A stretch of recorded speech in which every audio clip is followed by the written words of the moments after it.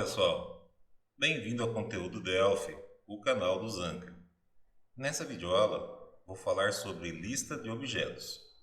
A lista de objetos é muito utilizada quando nós temos uma relação mestre-detalhe, como numa venda, onde eu tenho o cabeçalho da venda e os itens da venda. Um outro exemplo poderia ser um pedido, então o cabeçalho do pedido e os itens do pedido. Um cadastro de cliente e a lista dos seus dependentes. E por aí vai. Então já deixei pronto aqui duas classes. Uma com os itens da venda e a outra para o cabeçalho da venda. No cabeçalho da venda eu vou ter o número da venda, a data, a hora, qual cliente que está comprando, o vendedor que está fazendo a venda.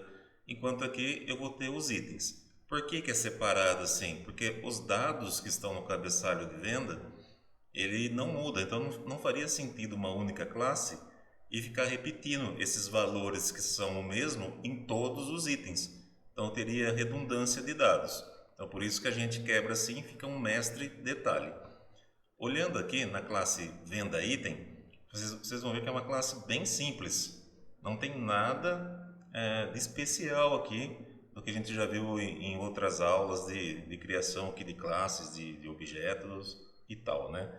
Então, eu tenho uma única property, né? Um único atributo, um único field aqui, que é o nome do produto.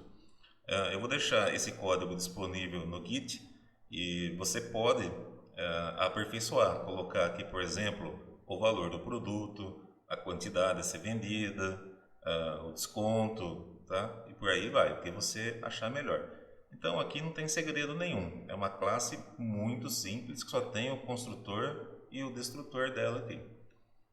Na classe venda, a primeira coisa que a gente tem que observar é que na seção uses eu tenho que fazer uso dessa unit aqui.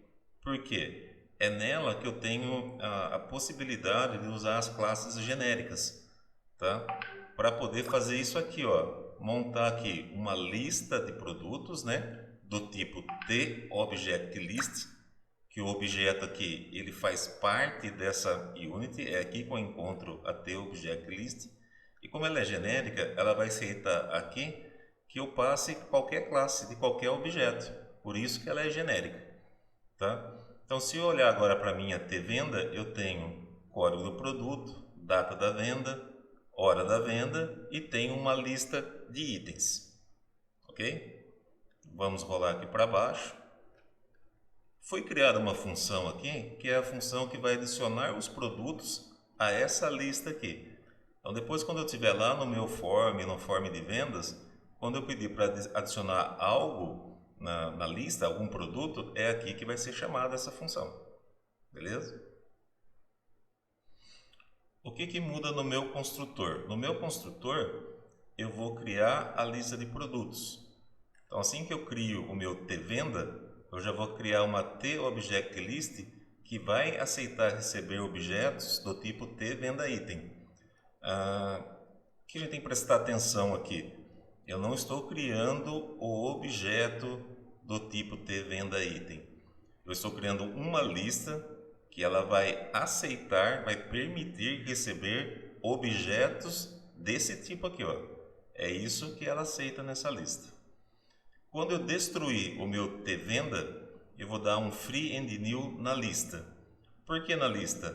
O TObjectList, ele automaticamente vai pegar todos os objetos existentes nessa lista e vai destruir da memória automaticamente.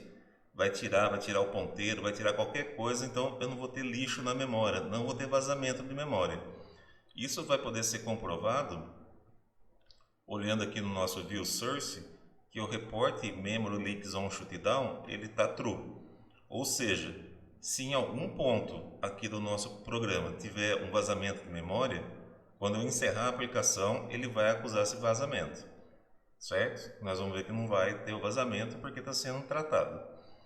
A nossa função adicionar produtos, ela recebe uma string, que nada mais é do que o nome do produto, e aí sim, ela pega e cria aqui, ó, um tvendaitem adicionando dentro da lista.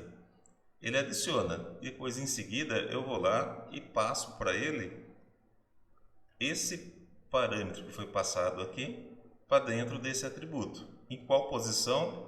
Na posição atual. Por que ele pega -1? Porque ele conta quantos objetos tem. Se eu acabei de criar o primeiro, eu tenho 1, mas a minha lista começa na posição 0. Então, 1 menos 1, ele vai atribuir o valor 0. O segundo item da lista no valor 1, o terceiro item na posição 2 e assim por diante. Né? Então, sempre lembrar, tem 3 itens, vai do 0 ao 2, começa no 0. Aqui é só isso que ele faz. Então, a nossa classe aqui, ela não tem segredo nenhum. A única coisa que a gente precisou ficar atento aqui era o uses. Esse uses permite usar o TObjectList, porque ele está contido lá naquela unit. E depois, quando eu crio o meu tvenda, lembrar de criar a minha lista. E na hora que eu destruir o meu tvenda, lembrar de destruir a minha flista produtos para excluir, tirar da memória todos os tvenda item criados aqui. Indo para a nossa tela principal, eu tenho aqui um botãozinho que vai adicionar os produtos. Depois, a qualquer momento, eu posso visualizar um cupomzinho parecido com uma venda. Tá? Então, vamos fazer aqui.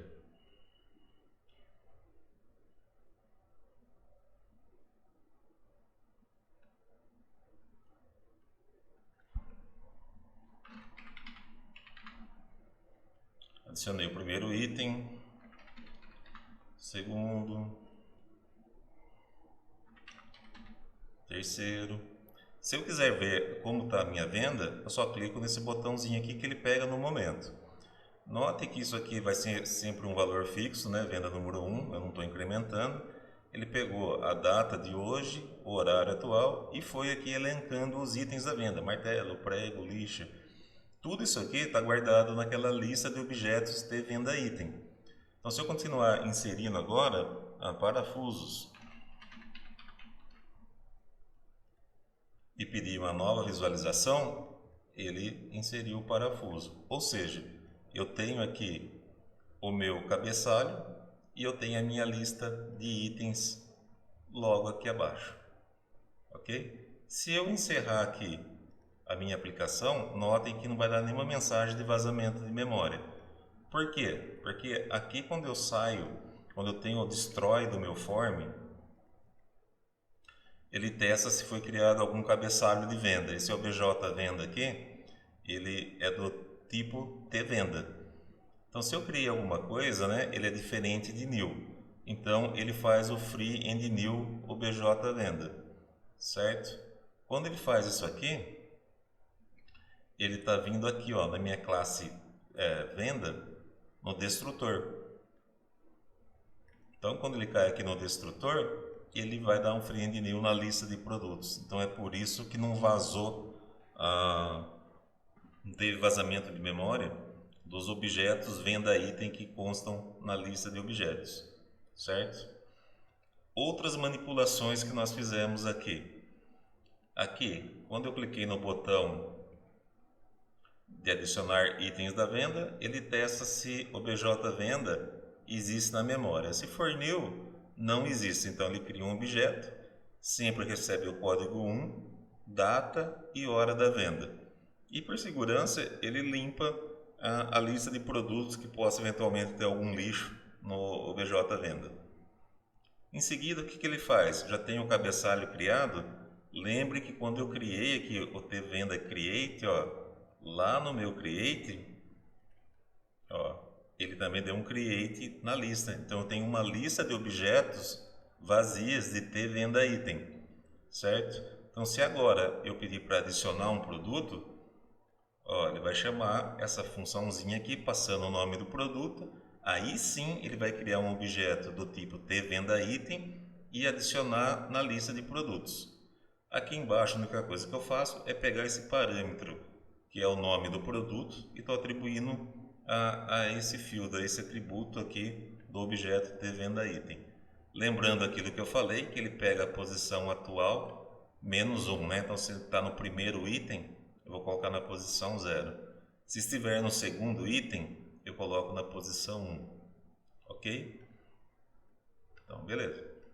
E depois aqui, quando eu clico no outro botão, que é visualizar venda, eu quero recuperar essa informação. Então, o que ele faz? Ele limpa o menu e depois ele começa a desenhar uma linha e vai buscar as informações. Primeiro no cabeçalho, no BJ Venda, e coloca o código, a data da venda, a hora da venda e coloca um traço.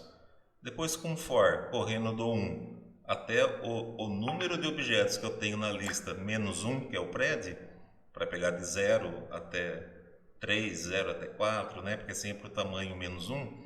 Aí eu vou pegando o conteúdo. Olha o que faço aqui, ó. Adiciono pegando obj venda, lista de produtos, na posição 0, o nome do produto e desenho mais uma linha, certo? Então não tem muito segredo.